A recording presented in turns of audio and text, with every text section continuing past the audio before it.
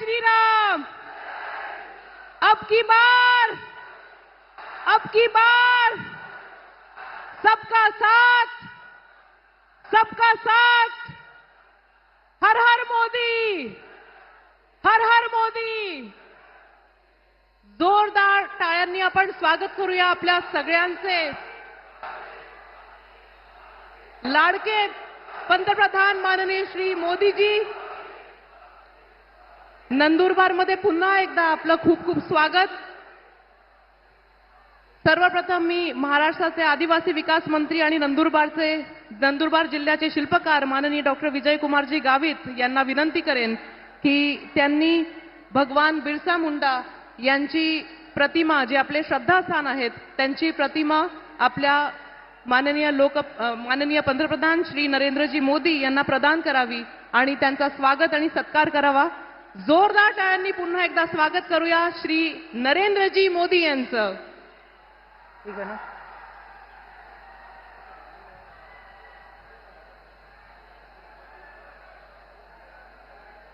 जय श्री राम, जय श्री राम। अब की बार यानंतर आपल्या महासांसद रत्न डॉक्टर हिनाताई विजयकुमार गावित यांना मी विनंती करते की समस्त आदिवासी बांधवाचे प्रेरणास्थान एकलव्य यांची प्रतिमा भेट देऊन आपण मोदीजींचं इथे स्वागत आणि सत्कार करूया।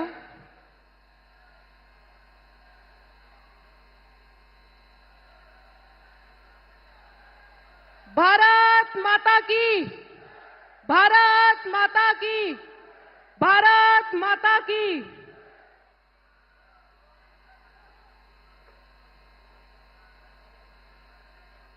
यानंतर भाजपचे महामंत्री माननीय विजय भाऊजी चौधरी यांना मी विनंती करते की त्यांनी मानाची पगडी आणि पट्टा श्री मोदीजी यांना प्रदान करावा आणि पालकमंत्री श्री अनिलजी पाटील यांनी स्वामी विवेकानंदांची प्रतिमा त्यांना प्रदान करावी।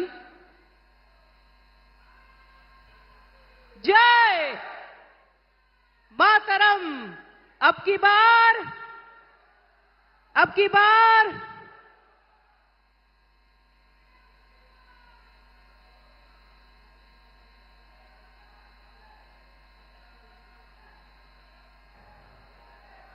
यानंतर आपल्या सगळ्यांचे प्रेरणास्थान, ज्यांनी हिंदू हृदय सम्राट आदरणीय बाळासाहेब ठाकरे आणि धर्मवीर आनंदजी दिघे साहेबांच्या विचारांचा वसा आणि वारसा अखंडपणे पुढे घेऊन जाताना हिंदुत्वाचा जयघोष केला, असे महाराष्ट्राचे लाडके मुख्यमंत्री नामदार एकनाथजी शिंदे साहेबांसाठी जोरदार टाळ्या।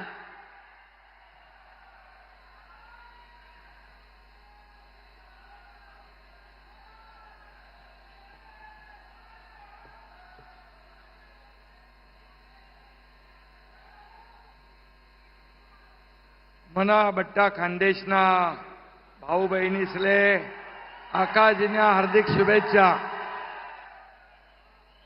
छत्रपती शिवाजी महाराज की जय भवानी। महापराक्रमी बिरसा मुंडा यांना मानाचा मुजरा। आपले विश्वनेते, लोकप्रिय आणि यशस्वी प्रधानमंत्री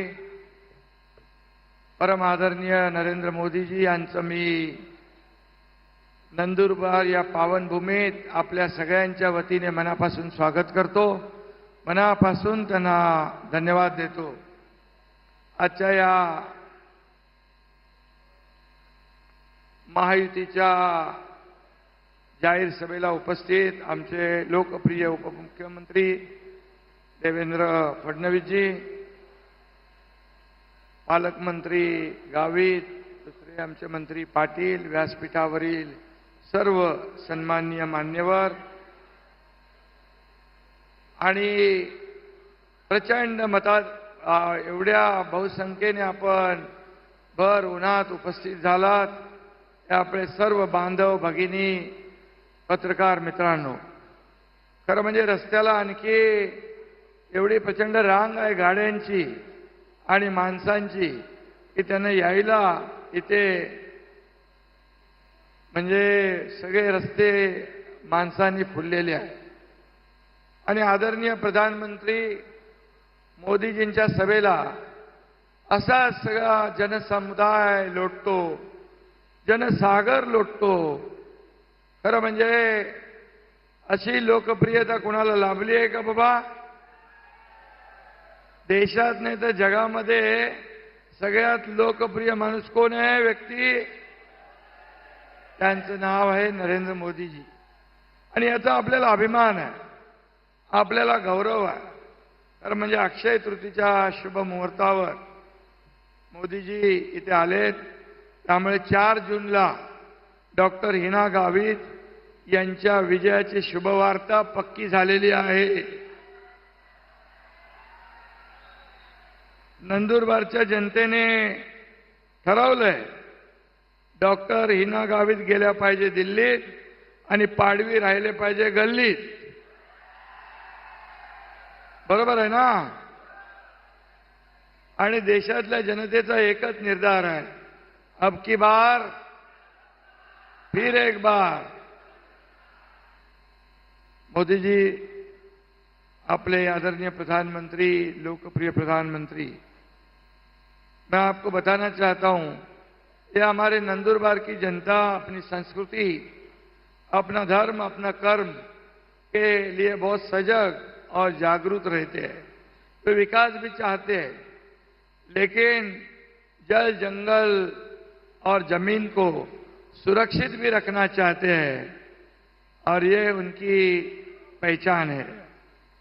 मोदीजींनाही आदिवासी बांधवांच्या भावना बरोबर कळतात. मला आठवतं मोदीजी म्हणाले होते, आदिवासी समाज के उत्थान, गौरव और सम्मान के लिए मैं समर्पित हूं. मेरे लिए आदिवासी सिर्फ वोट बैंक नहीं बल्कि देश का गौरव है, असं आपल्या आदिवासी समाजाच्या बाबतीमध्ये मोदीजींचं मत आहे. त्यामुळे देशात प्रधानमंत्री जनजातीय आदिवासी न्याय महाअभियान सुरू केलं. 50-60 वर्षात कुपोषण, गरिबी हटवण्यासाठी काँग्रेसने काय केलंय आपल्याला माहीत आहे. परंतु त्याने आदिवासी जमिनीचा कुठलाही प्रश्न सोडवला नाही. त्याचबरोबर मोदीजींनीच वनसंपदा कायद्यामध्ये बदल करून आदिवासींना त्यांचा हक्क मिळवून देण्याचं काम मोदीजींनी आपलं केलं आहे. त्यामुळे 50-60 वर्षात जे झालं नाही ते 10 वर्षात या ठिकाणी केलेलं आहे. आणि म्हणून पंतप्रधान आवास योजनेतून आदिवासींना आता घरं मिळू लागली. गावात माता भगिनींना घरात शौचालय मिळू लागली. 80 कोटी गरिबांना मोफत राशन मिळालं. घरात गॅस मिळाला. आदिवासी महिला या देशाच्या सर्वोच्चपदी, राष्ट्रपदी आज आदिवासी समाजाच्या महिला आपल्या भगिनी द्रौपदी मुर्मू मॅडम आहेत. आदिवासी कल्याणाचा ध्यास घेतलेल्या मोदीजींमुळेच हे सगळं शक्य झालेलं आहे. आणि म्हणून आपलं मत कोणाला? आपलं मत ज्याने आपल्या समाजाचा उद्धार केला त्या मोदीजींनाच दिलं पाहिजे. आणि म्हणून हिना गावित यांना मत म्हणजे मोदीजींना मत. आणि म्हणून हिनाताईंना मत देऊन आपण मोदीजींचे हात बळकट करायचे आहेत. 2014, 2019ला देखील असेच आरोप केले. पण काय झालं? त्यापेक्षा त्यांचा बेकार पराभव या 2024ला झाल्याशिवाय राहणार नाही. अशा प्रकारचं एक सगळं वातावरण या ठिकाणी आहे. खरं म्हणजे आता त्यांना कळून चुकलंय की आपला पराभव होणार आहे आणि म्हणून संविधान बदलणार, संविधान बदलणार अशा खोट्या अफवा पसरू लागल्या. परंतु ज्या काँग्रेसने बाबासाहेबांचा पराभव कोणी केला? या काँग्रेसने केला. बाबासाहेबांचा अपमान कोणी केला? काँग्रेसने केला. आणि बाबासाहेबांचा संविधान दिन कोणी साजरा केला? आपल्या मोदी साहेबांनी केला. आणि म्हणून या बाबासाहेबांचा अपमान करणाऱ्या काँग्रेसला बिलकुल थारा जनता देणार नाही. आणि म्हणून देशातली 140 कोटी जनता मोदीजींच्या पाठीशी उभी आहे. आता काँग्रेस पाकिस्तानची भाषा बोलू लागलेली आहे. काँग्रेस का हात पाकिस्तान के साथ असे सिद्ध झालेलं आहे. कारण जे पाकिस्तान बोलतंय हे काँग्रेस बोलू लागलेत. आणि म्हणून भाकरी खायची भारताची आणि चाकरी करायची पाकिस्तानची अशा या देशद्रोही काँग्रेसला आपण हद्दपार करायचं आहे. आणि म्हणून पूर्वी काँग्रेसचा प्रचार नंदुरबार मधून व्हायचा, पण त्यांनी इथल्या आदिवासींना वोट बँक म्हणून वापरलं. आणि म्हणून आज ही नंदुरबारची जनता याचा बदला घेतल्याशिवाय राहणार नाही. आणि आता मोदीजीची जी काही लहर आता दिसते, आपको लहर दिख रही है, वो धीरे धीरे और बढ़ रही है और ये आंधी बनकर आएगी. 4 जून को उस आंधी में कांग्रेस और इंडिया लाइन सबाचट हो जाएगी. आणि मोदीजी प्रधानमंत्री पदाची हॅट्रिक करणार आणि हिनाताई देखील पुन्हा निवडून येणार. गेल्या 10 वर्षात हिनाताईंनी केलेलं काम, विकास कामं इथल्या जनतेसमोर आहेत. आणि म्हणून गेल्या 10 वर्षात मोदीजींनी केलं काम, केंद्र सरकारने केलेलं काम आपल्या समोर आहे. आपल्या राज्य सरकारने 2 वर्षात केलेलं काम आपल्या समोर आहे. आणि म्हणून आपल्या महाराष्ट्रातली जनता सुज्ञ आहे, कामाला महत्व देईल.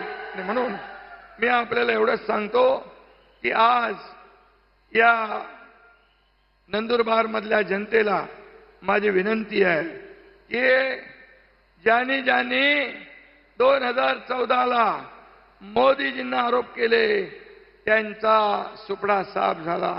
2019ला आरोप केले तेव्हा जास्ती जनता जवळ आली. आता 2024ला पण ते आरोप करतायत. यांना आता काय दाखवणार जनता? त्यांचा कायमचा घरचा रस्ता दाखवून देईल आणि मोदीजींना पुन्हा या देशाचं प्रधानमंत्री करतील. मी एवढंच सांगतो, आपल्या सरकारने आदिवासी आश्रमशाळा, विद्यार्थ्यांना PhD साठी फेलोशिप, 1.5 लाखापेक्षा जास्त विद्यार्थ्यांना 10वी नंतर स्कॉलरशिप, 2 लाखापेक्षा जास्त वन हक्क दावे आपण मान्य केलेत. कुपोषण निर्मूलनासाठी टास्क फोर्स तयार केलाय. डोंगर दऱ्यात राहणाऱ्या आदिवासी बांधवांना मुख्य प्रवाहात आणण्याचं काम मोदीजींनी केलंय. आणि म्हणून ही निवडणूक डॉक्टर गावी किंवा तुमची आमची नाही आहे. ही निवडणूक राष्ट्र घडवणारी आहे. ही निवडणूक महासत्ता घडवणारी आहे. ही निवडणूक देशाच्या विकासाची आहे. आणि म्हणून नरेंद्र मोदी विरुद्ध राहुल गांधी अशी आहे. आपल्याकडे पाकिस्तानचं कंबरड मोडणारे मोदीजी आहे आणि त्यांच्याकडे पाकिस्तानची तळी उचलणारे काँग्रेस आहे. आपल्याकडे राष्ट्रभक्ती आहे, तिकडे राष्ट्रद्रोह आहे. आणि म्हणून आपण आपला गरीब कल्याणाचा अजेंडा आहे, तिकडे बेईमानीचा अजेंडा आहे. आणि म्हणून यावेळेस जनतेने ठरवलंय, फिर एक बार मोदी सरकार अब की बार. त्यामुळे 13 तारखेला आपण विरोधकांचे 12 वाजवणार ना, आणि हिना गावित यांचा प्रचंड मताधिक्याने विजय करा. त्यांच्या निशाणी कमळासमोरचं बटन दाबा आणि हिनाताईला प्रचंड मताधिक्याने विजयी करा आणि देशाचे प्रधानमंत्री नरेंद्र मोदीजींचे हात बळकट करा. धन्यवाद. जय हिंद, जय महाराष्ट्र.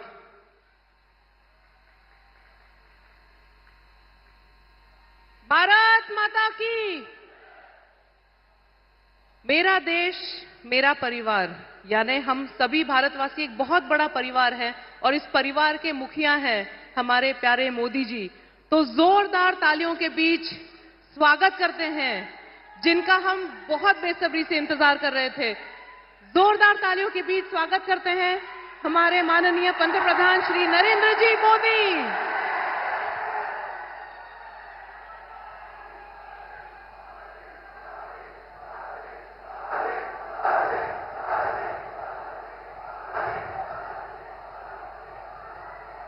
जोहार।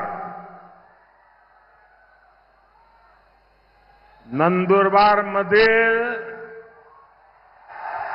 माझ्या सर्व भावांना आणि बहिणांना माझा नमस्कार।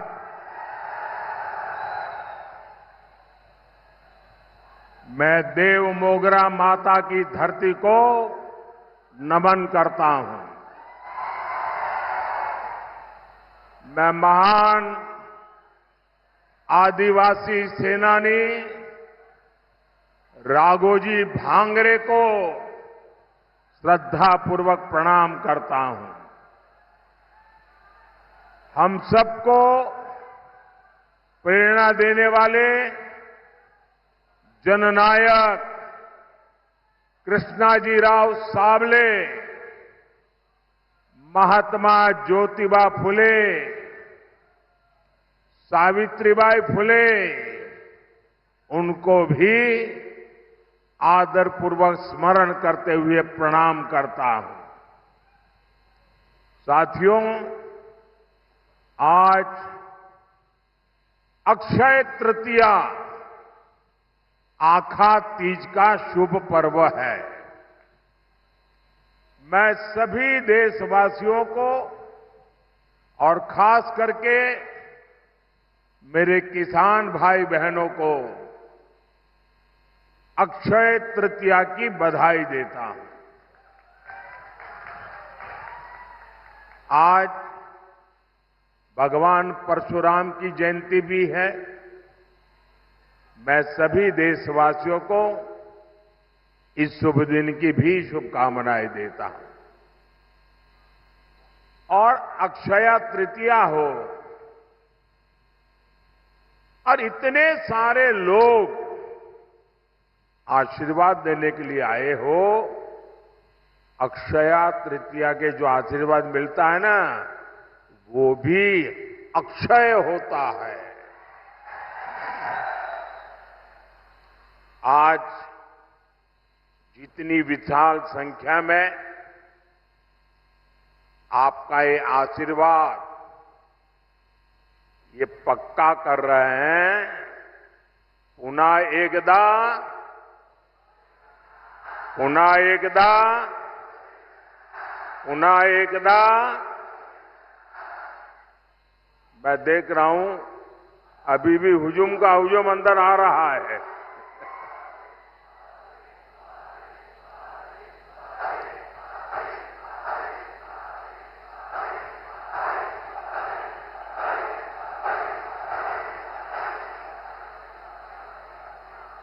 साथियों,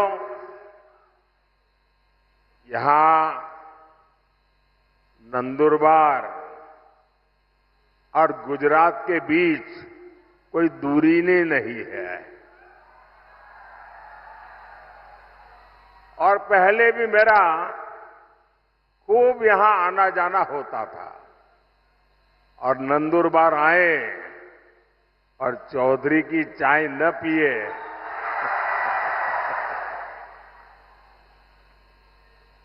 चौधरी की कड़क चाय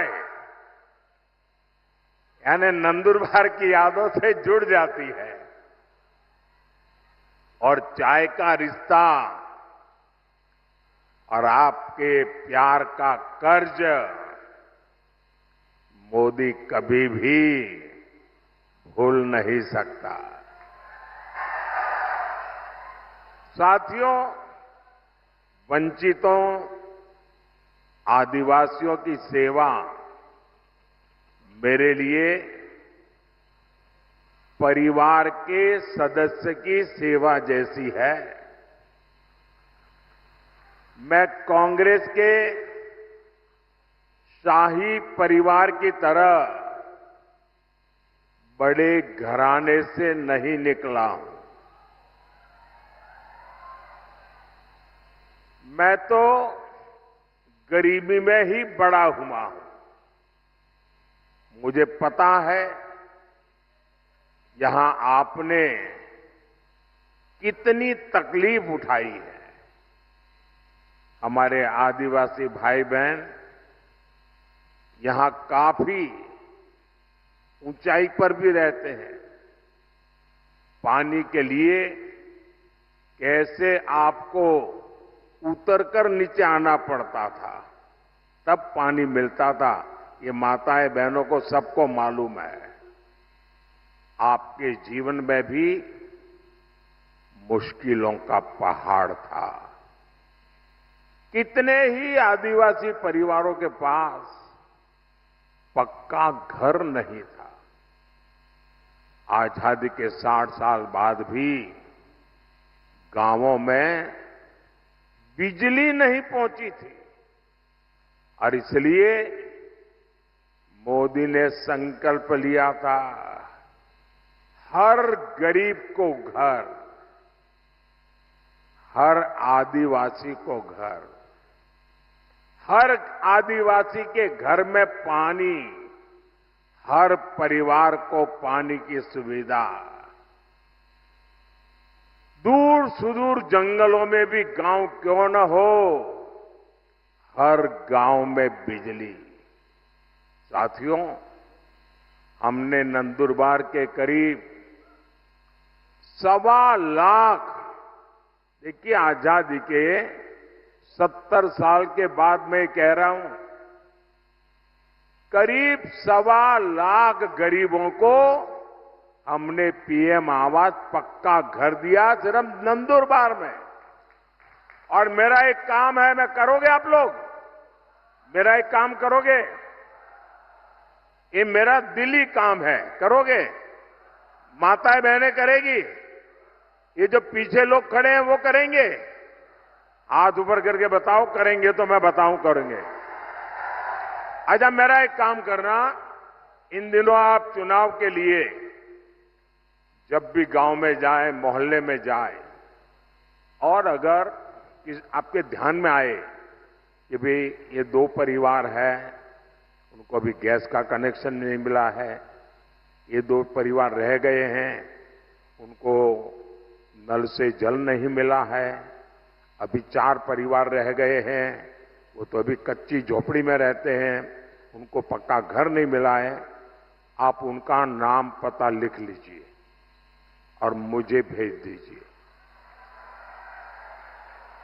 और मेरी तरफ से उनको गारंटी दे देना कि मोदी आए थे, मोदी ने कहा है तीसरे टर्म में मैं 3 करोड़ और घर बनाने वाला हूं, आपको पक्का घर मिलेगा। तो ये बता देंगे, देखिए आप ही मेरे मोदी है, तो करेंगे। देखिए, हमने घर दिया मतलब 4 दीवारें दी ऐसा नहीं है। हमने घर के साथ बिजली, पानी, गैस कनेक्शन भी दिया। एनडीए सरकार ने महाराष्ट्र के 20,000 से अधिक गांवों में हर घर जल पहुंचाया है। मैं शिंदे जी, देवेंद्र जी को बधाई देता हूं, आपने मेरे हाथ मजबूत कर दिए। इसमें नंदुरबार के 111 गांव जो कठिन एरिया था वो भी शामिल है। और अभी तो ये ट्रेलर है,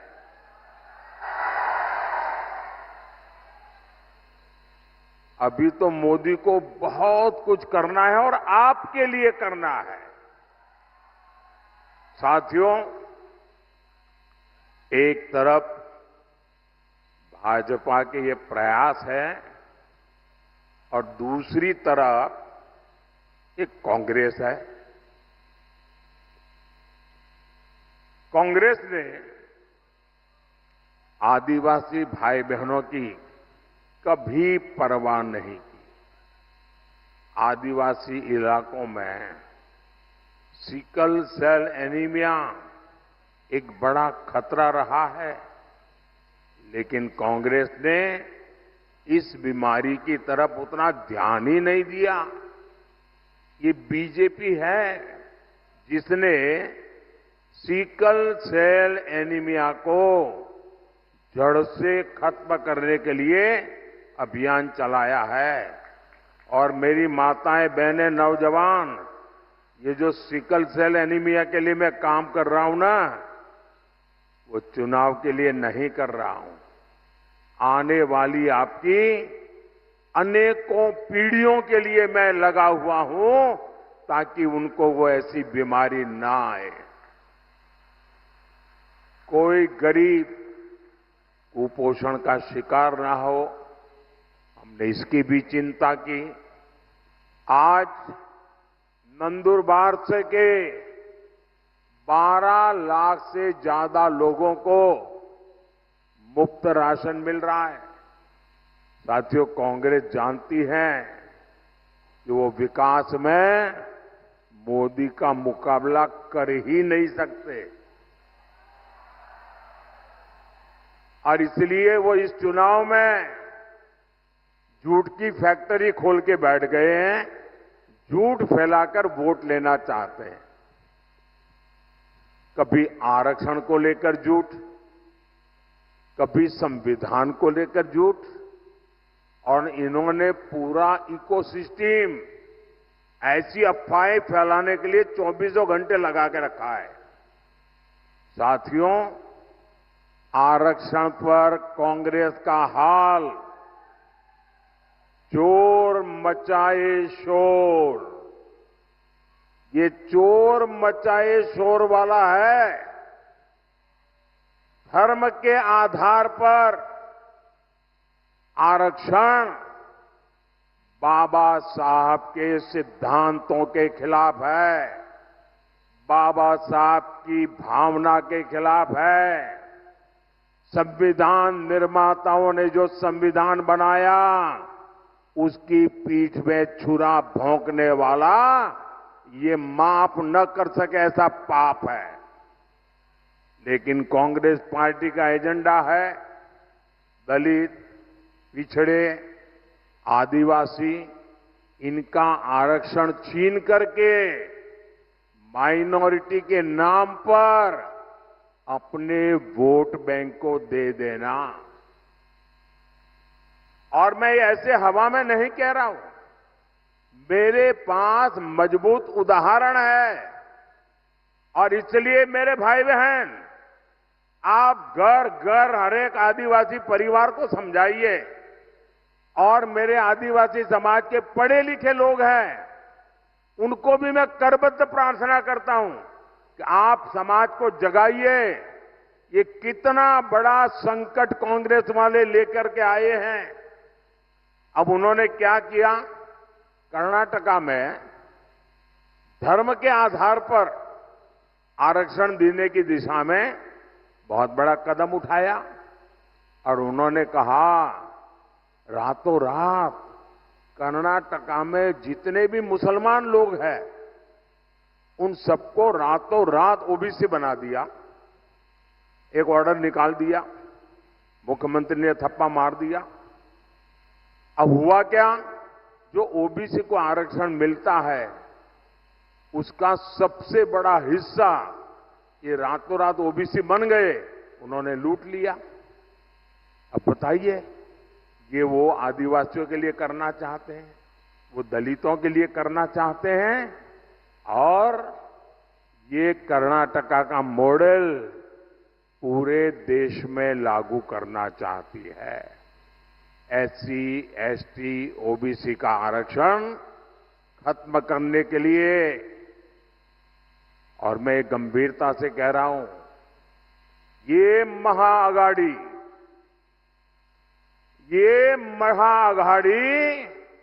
आरक्षण का, महापक्षण का महाअभियान चला रही है। वहीं एससी, एसटी, ओबीसी का आरक्षण बचाने के लिए मोदी आरक्षण का महायज्ञ कर रहा है। मैं पिछले 17 दिन से लगातार कांग्रेस पार्टी को चुनौती दे रहा हूं। मैं कांग्रेस से पूछा कि वो लिख कर दें कि वो एससी, एसटी, ओबीसी का आरक्षण उसके टुकड़े करके एक टुकड़ा मुसलमान को नहीं बांटेंगी। मेरा सवाल सही है कि गलत है भाई? सही है कि गलत है? अब वो ये मुसलमानों को देना चाहते हैं और कांग्रेस जवाब भी नहीं देती है। सच बोलो ना भाई कि हम नहीं देंगे। इसका मतलब ये इनका हिडन एजेंडा है, आपका हक लूटने का खेल है भाई।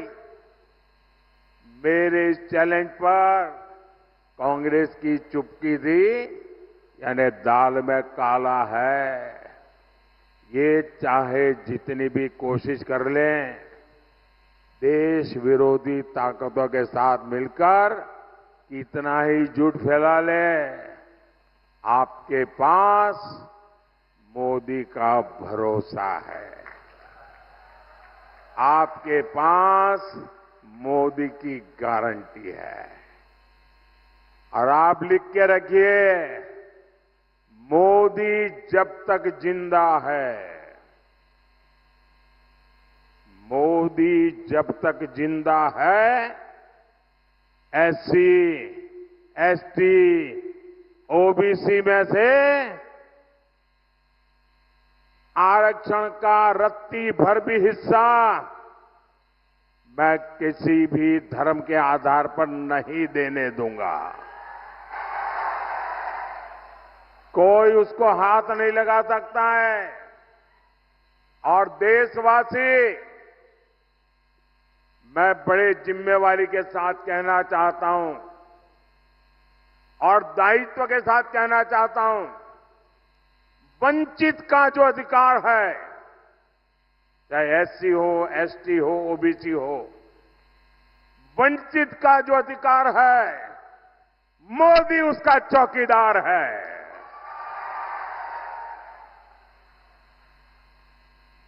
मोदी की चौकीदार में जब मोदी जैसा चौकीदार हो, किसने अपनी मां का दूध पिया है जो आपका हक छीन सकता है?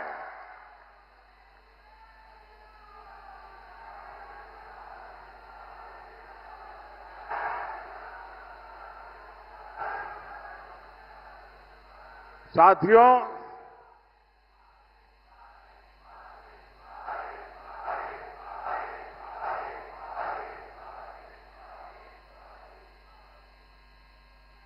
साथियों, हम तो माता शबरी की पूजा करने वाले लोग हैं, लेकिन कांग्रेस ने कभी आदिवासी समाज को सम्मान नहीं दिया और नहीं मिलने दिया। आदिवासी क्रांतिकारियों ने आजादी की लड़ाई में इतने बलिदान दिए, लेकिन कांग्रेस ये बलिदान की बात मानने को तैयार नहीं है।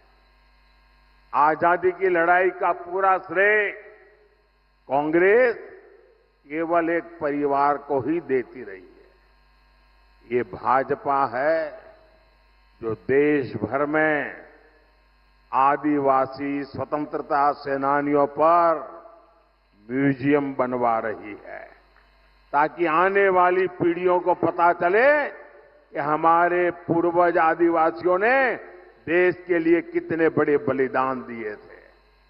साथियों, आप सभी जानते हैं, भाजपा ने, एनडीए ने आदिवासी बेटी को राष्ट्रपति बनाया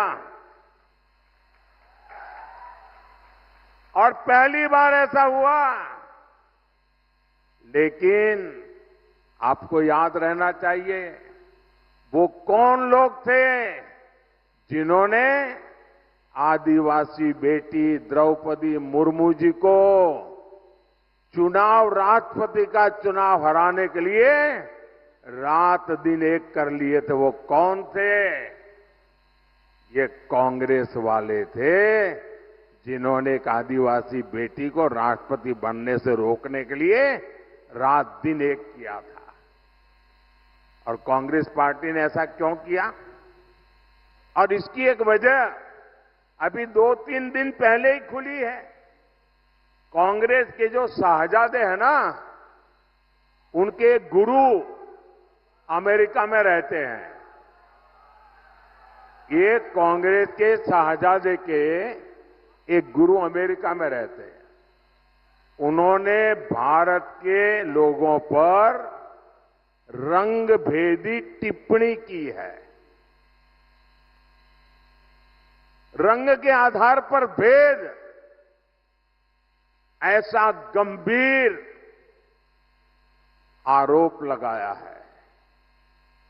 अरे जिनका रंग भगवान कृष्ण जैसा होता है, कांग्रेस उन्हें अफ्रीकन मानती है।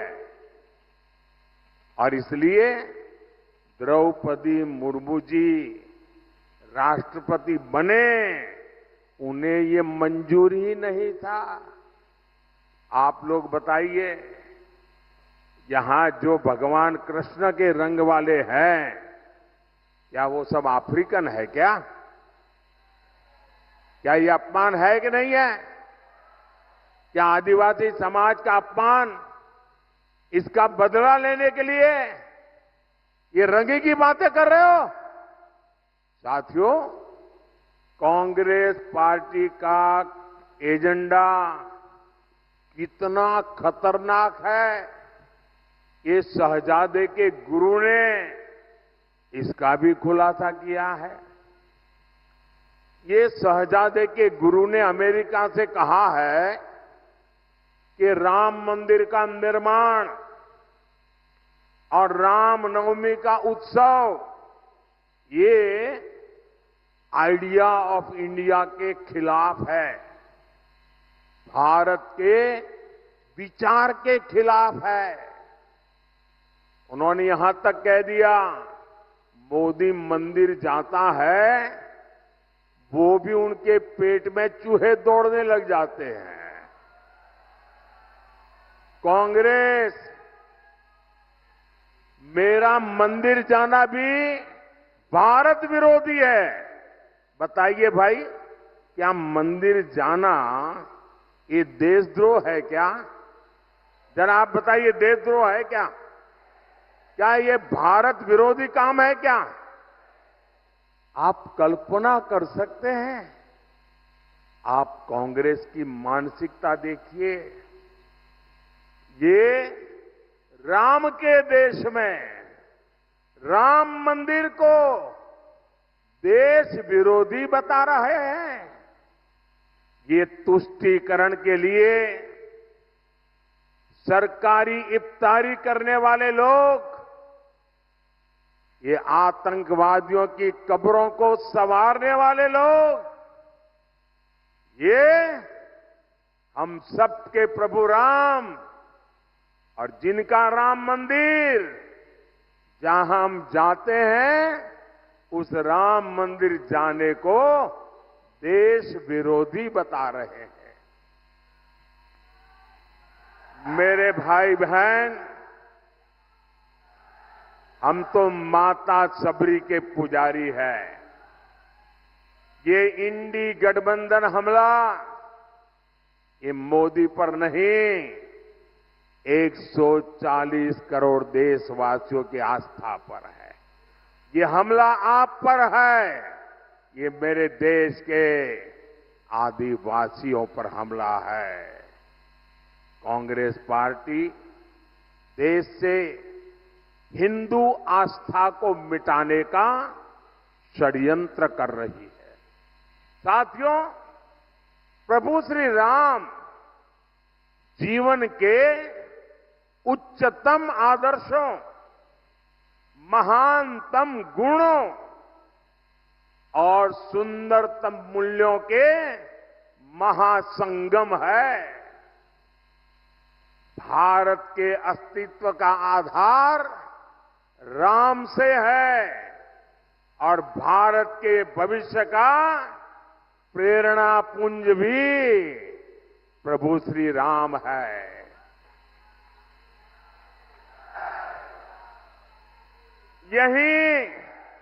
यही महाराष्ट्र की धरती पर ये संत आवाज उठी थी, विश्वाचा विश्राम रे, स्वामी माजा राम रे।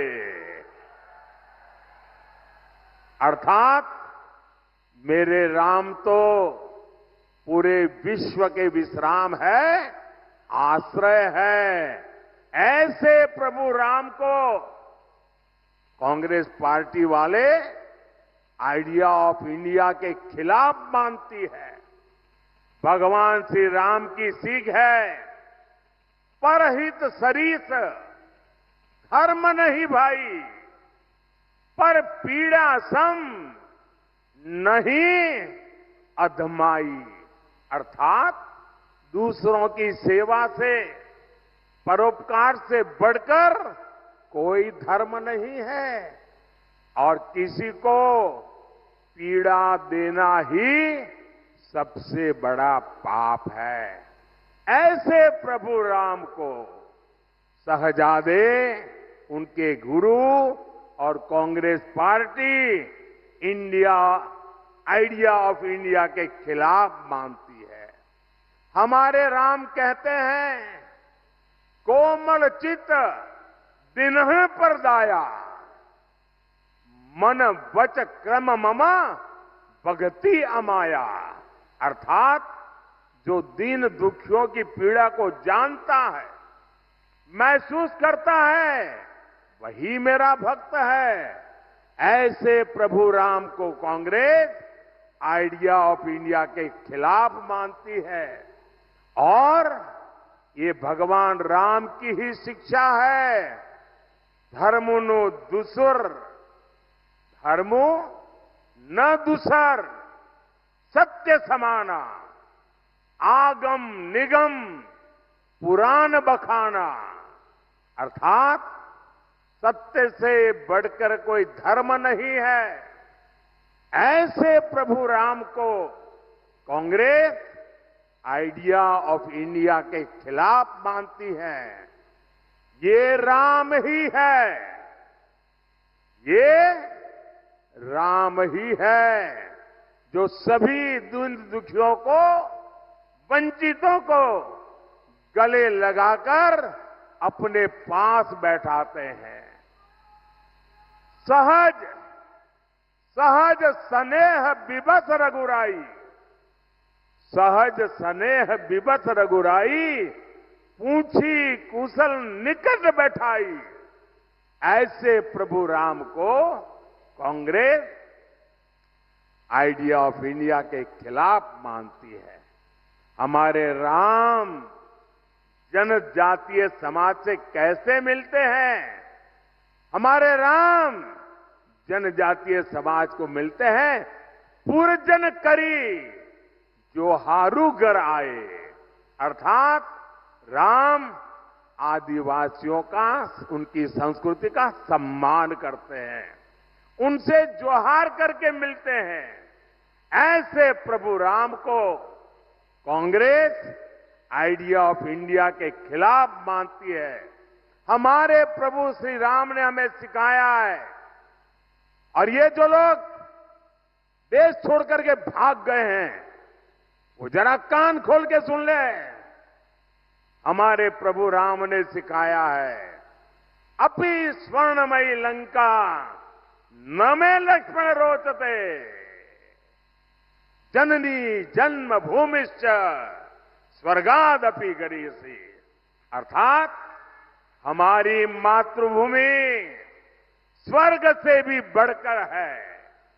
यानी राष्ट्र प्रथम, नेशन फर्स्ट। ऐसे प्रभु राम को कांग्रेस आइडिया ऑफ इंडिया के खिलाफ मानती है। साथियों, ये लोग इतने अहंकार से भरे हुए हैं कि गरीब इनके लिए कोई मायने नहीं रखता। ये लोग सत्ता में रहते हैं तो गरीब को दुत्कारते हैं, उसे तरसा तरसा कर रखते हैं। आज एक गरीब का बेटा आपका सेवक बनकर के प्रधानमंत्री पद से ये जब काम कर रहा है तो एक गरीब विरोधी मानसिकता वाले, शाही परिवार की मानसिकता वाले इसे बर्दाश्त नहीं कर पा रहे हैं। और ये नकली शिवसेना वालों की गरीब से कितनी नफरत है, ये इन्होंने फिर बताया है। कि नकली शिवसेना वाले मुझे जिंदा गाड़ने की बात कर रहे हैं। एक तरफ कांग्रेस है जो कहती है मोदी तेरी कब्र खुदेगी, और दूसरी तरफ ये नकली शिवसेना है जो मुझे जिंदा गाड़ने की बात करती है। और मुझे गाली देते हुए भी ये लोग तुष्टीकरण का पूरा ध्यान रखते हैं। मोदी की कब्र खुदेगी, मोदी को जिंदा गाड़ देंगे, और इसमें भी अपने वोट बैंक को पसंद आए वही गाली दागोगे क्या? साथियों, मुझे कई बार ये सोचकर दुख होता है कि बाला साहब ठाकरे को कितना दुख होता होगा। मैंने बाला साहब को निकट से देखा है, उनके मन को, दिल को छू करके मैंने देखा है। अब तो ये नकली शिवसेना वाले बम धमाके के दोषी को भी अपने साथ प्रचार में ले जाने लगे हैं। इसका मतलब हुआ कि बिहार में चारा चोरी में जेल भुगत रहे व्यक्ति को कंधे पे बिठा के घूम रहे हैं। महाराष्ट्र में बम धमाकों के दोषी को कंधे पर बिठा के घूम रहे हैं।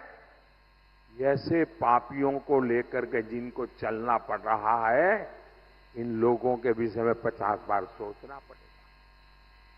इसलिए कोई बड़ी बात नहीं कि मुझे उनको जमीन में गाड़ने के सपने दिख रहे हैं। ये लोग जनता का साथ, जनता का विश्वास तो गवा चुके हैं।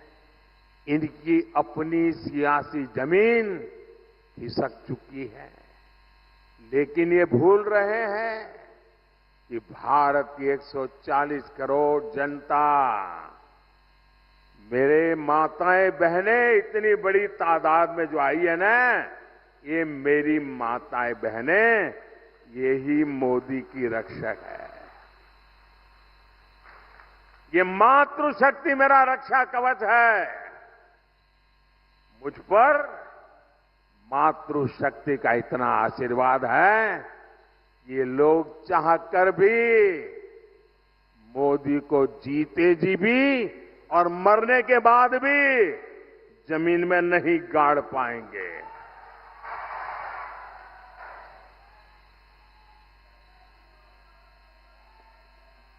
साथियों, महाराष्ट्र के एक दिग्गज नेता 40-50 साल से वो ऐसे ही कुकरी मारते रहते हैं। बारामती के चुनाव के बाद वो इतने चिंतित है कि उन्होंने एक बयान दिया है, और ये बयान उन्होंने, मैं पक्का मानता हूं कि काफी लोगों से विचार विमर्श करके ही दिया होगा। वो इतने हताश और निराश हो गए हैं कि उनको लगता है कि अगर 4 जून के बाद सार्वजनिक जीवन में, राजनीतिक जीवन में अगर टिक के रहना है तो छोटे छोटे राजनीतिक दलों को कांग्रेस में मर्ज हो जाना चाहिए। इसका मतलब ये जो नकली एनसीपी है और ये नकली शिवसेना है, उन्होंने कांग्रेस में मर्जर करने का मन बना लिया है। अब आपको मैं बताता हूं, जब 4 जून के बाद कांग्रेस में जाकर के मरने के बजाय अरे सीना तान करके हमारे अजीत दादा के साथ और शिंदे जी के साथ आओ, बड़े शान से सपने पूरे हो जाएंगे। भाइयों बहनों, 13 मई को कांग्रेस और इंडी अघाड़ी को आपका वोट ही जवाब देगा। नंदुरबार से हमारी बेटी हिना गावित जी आपकी सुख दुख की साथी है, और आप जानते हैं ना हिना मेरी कितनी मदद करती है।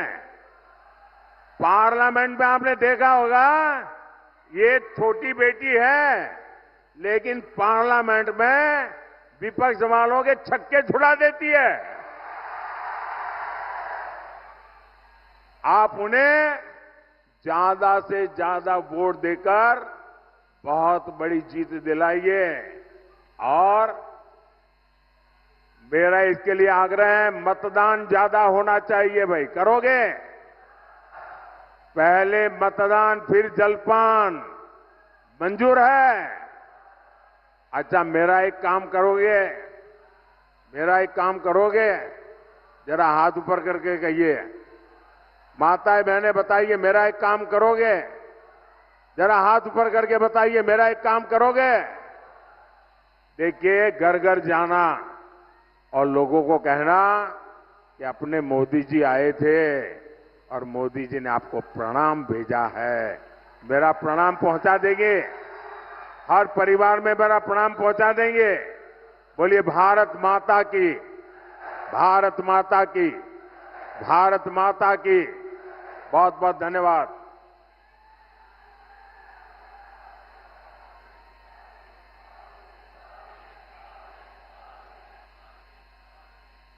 भारत माता की, भारत माता की, भारत माता की।